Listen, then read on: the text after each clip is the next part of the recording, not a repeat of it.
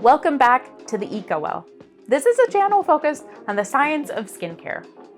This video, as you probably guessed by the title, is going to be a part of our continuing series where my wonderful Patreon supporters requested I check out a few products. Before we get started, I just wanted to preface this by saying I'm not a dermatologist, esthetician, or any type of professional working with the public in the many different skin types out there. My opinions reflect what I do as a cosmetic formulation chemist, and my reactions are going to be specific to my skin, so your mileage may vary. Today, I'm going to have a quick look at SkinCeuticals Triple Lipid Restore. This product makes some pretty bold claims, but unlike most of the other products I've been checking out, it actually tries to back them up. Let's get started with what I'm not sure about. Anti-aging is featured front and center. This claim, as you might have guessed, makes pedantic nerds like me pretty angry. No, this product is not going to stop your skin from aging or magically get rid of your wrinkles. I wish they would come up with different marketing buzzwords that didn't make it sound like they've invented a time machine. More importantly, though, this claim is predominantly aimed at women. Why are we shaming women for the natural aging process? Making aging seem like a bad thing is bullshit, and cosmetics, by law, cannot change the physiological structure and function of your skin. They can only transiently alter the appearance. We're going to do a deeper dive into this in the full review, and this is hardly the only product making this asinine claim, but I'm not a fan.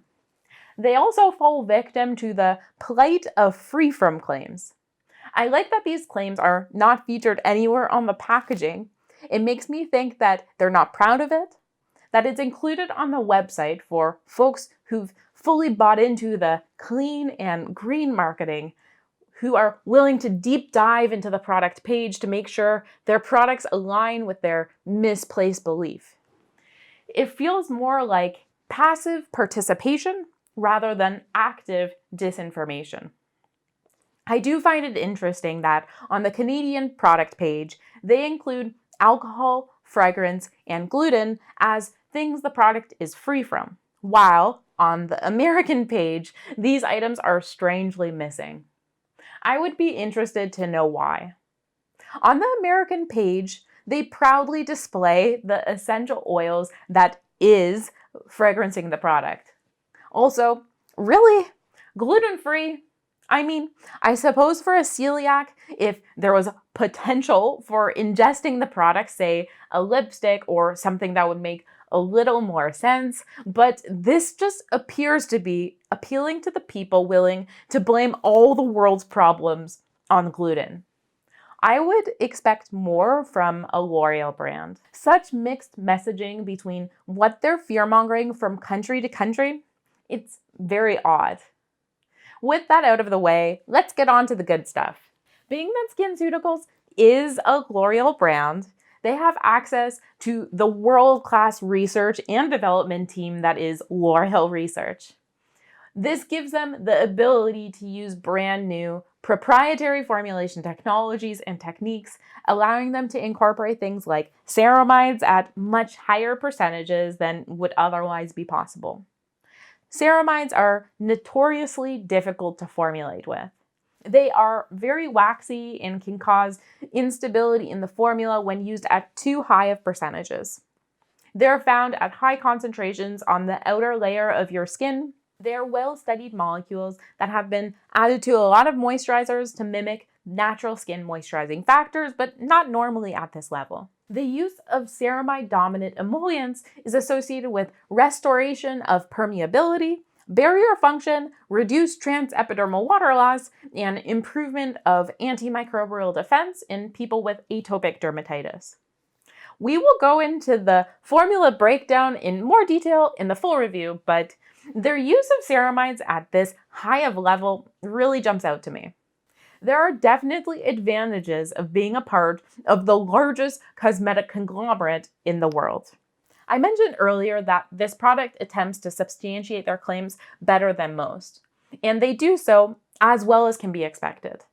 They conducted a clinical trial over an 8-week period with 55 participants.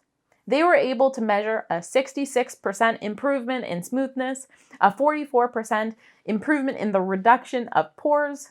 They also conducted a test where they analyzed lipid profile of the skin after using the product and found a 57% increase in ceramides, 50% increase in cholesterol, and a 12% increase in fatty acids to back up their Restore Essential Skin Lipids claim. My one qualm with presenting these study outcomes in this way is it smells a little of sensationalism. What does a 44% improvement in the reduction of pores really look like? With that said, this kind of substantiation is obviously a good thing. Not every company does these kinds of experimental studies to substantiate their claims because they're expensive. Consumer perception studies are a lot more affordable. Asking study participants how the product makes them feel is very straightforward compared to using instrumentation to determine results. Obviously, though, L'Oreal and the other big players out there have the budget for it. When communicating the percentage outcomes, however, I think there could be more clarity for what customers should actually expect. No, your pore size is not going to shrink to half the size as the claim I brought up may lead you to believe. But claims and ingredients aren't everything. How does the product actually feel? Well, if my expectations in the last video were high for a $50 cream, this cream at $130 should be at least twice as good, right? Granted, I'm not the target demographic for this product. I have acne-prone, oily skin, and usually very rich, heavy creams like this don't agree with me. And while I'm not sold on how heavy this product felt on application, it didn't show any signs of making me break out. I would even go so far to say that I liked this product for nighttime use and it noticeably made my skin feel softer in the morning. If you have very dry skin and are looking for a top-end luxury product, this might be worth checking out. With that said, at $128 US, you can definitely spend a lot less and get a product that will deliver similar results. I will report back in the full review with what kind of experiences I noticed after a few weeks of applications, but my first impressions were fairly positive.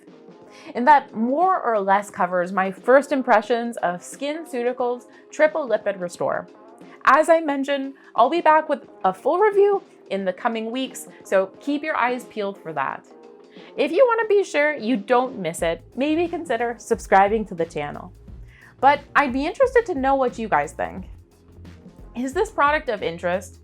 Does the L'Oreal connection make a difference to you? Let me know your thoughts, and if you have a product recommendation or want your fave product featured in a video, then maybe consider joining us over at patreon.com/theecowell. That's all for now. See you guys in the next one.